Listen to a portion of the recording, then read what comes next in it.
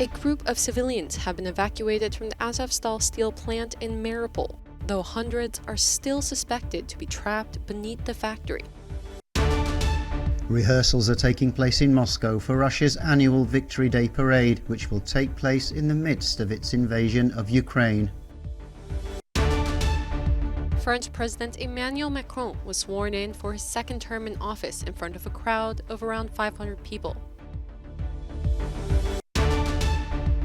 Taliban rulers impose hijabs for women in Afghanistan in a hardline change of policy. A group of civilians being evacuated from the AZOVSTAL steelworks plant in Mariupol. According to Kyiv, 50 civilians have left the plant, though a group of Ukrainian soldiers and around 200 civilians, including children, are suspected to still be trapped beneath the factory. They are taking shelter in the Soviet-era tunnels and bunkers beneath the plant. A representative of the Ukrainian army said that in the city of Mariupol, the blockade of the Ukrainian defense forces around Azovstal steel plant continues. In some areas, with air support, the enemy has resumed its attack operations to take control of the territory of the plant. A video shared by the Ukrainian Azov regiment claimed to show Russian attacks on the besieged plant on Thursday. According to the regiment, Russian forces used its artillery, aircrafts, and infantry to attack the area. In the midst of its invasion of Ukraine, Russia has been putting the final touches to rehearsals for its Victory Day parade in Moscow. The annual show of strength marks the Soviet defeat of Nazi Germany in World War II, referred to by Russia as the Great Patriotic War. Thousands of soldiers usually march across Red Square in the capital, followed by tanks, armoured vehicles and missile launchers. Despite predictions of a swift victory, Monday's parade will take place during the third month of what the Kremlin calls Russia's special military operation in Ukraine. Observers have been surprised and impressed at the level of resistance of Ukrainian forces, and some experts are saying Russia has faced some severe losses as the war drags on. Vladimir Putin is expected to deliver a speech at Monday's event. Some Western officials say he may declare all-out war on Ukraine or announce mobilization across the country. It boasts 2 helipads, a swimming pool and a movie theatre, but the 140-metre luxury yacht, the Scheherazade, will not be setting sail anytime soon, after being impounded by Italian authorities, under EU sanctions imposed against Russia in response to the war in Ukraine. Anti-corruption activists claim the boat, which is valued at €650 million, belongs to Russian President Vladimir Putin himself, citing as evidence a crew list which contains the names of people who work for the organisation that looks after the president's security. But the Italian Ministry of Finance said only that it had found significant economic and business links between the ship's owner and eminent people in the Russian government. For the first time in 20 years, a French president has been sworn in for a second term.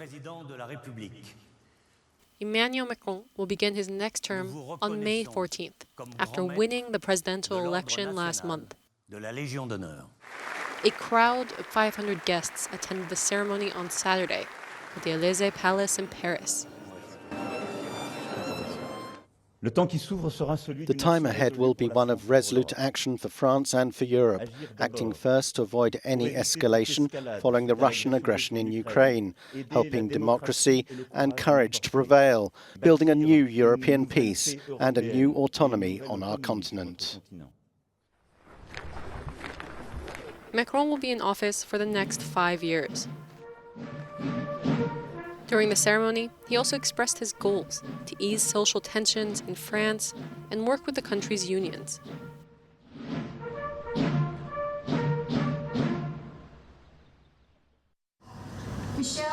Northern Ireland's Democratic Unionist Party has conceded victory to Sinn Féin in the country's parliamentary election. The Irish Nationalist Party will now become the largest in Northern Ireland, the first time that's happened in the 100-year history of the state that was created in 1921 with a built-in Protestant majority loyal to Great Britain. Since the Assembly came into being after the 1998 Good Friday Agreement, the Democratic Unionist Party has always been the largest until now.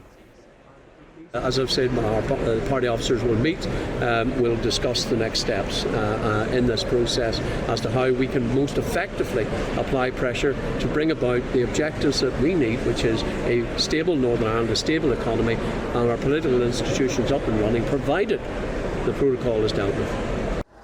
The victory for Sinn Féin brings its ultimate goal of a united Ireland a step closer.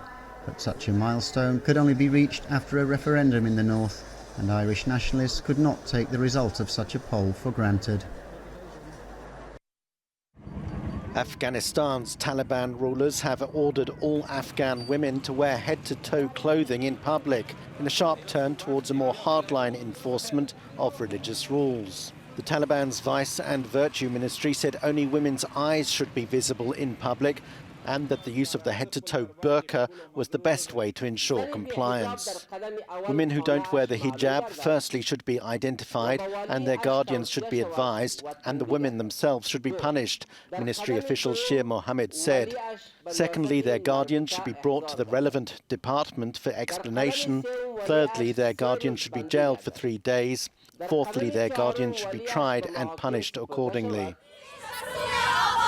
Women led protests in the Afghan capital Kabul following the Taliban's seizure of power in August last year. But in large parts of the country, it's religious conservatives who've gained the upper hand over more progressive leaders. Sri Lanka's president declared a new state of emergency on Friday as demands for him to step down grew louder and public disorder spread across the country. The move by Gotabaya Rajapaksa invokes public security legislation that gives him widespread powers to unilaterally make regulations in the interests of public safety. Shops and other services remained closed and shuttered due to the risk of rioting and looting. Sri Lanka is undergoing its worst economic crisis in recent memory. The country is near bankruptcy and has suspended its repayment of foreign loans. Its foreign debt amounts to almost €50 billion. Crowds gathered near the parliament on Friday. They're protesting against lawmakers for not ousting the president and his government, who they blame for the economic crisis. Police resorted to tear gas and water cannon after the protesters refused to disperse. Under the emergency regulations, the President can authorise detentions, take possession of any property and search any premises. He can also change or suspend any law. Pedestrians stopped to look at the site of an explosion that killed at least 22 people in Cuba's capital. Friday's blast at Havana's Hotel Sartego was the result of a natural gas leak, according to authorities. A doctor at the site told the press that we have not stopped working to see if there are still people who could be trapped at the moment. What's happening is that the gas cylinder makes it impossible because it puts at risk all the rescue operations. We want to save people and not be part of the disaster. Families of suspected victims are flocking to the hospital to search for their relatives.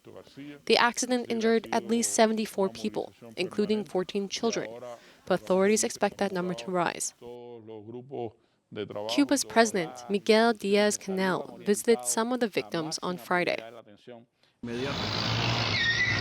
The original explosion destroyed the majority of the hotel's facade and damaged surrounding buildings. Families living close to the site have been evacuated.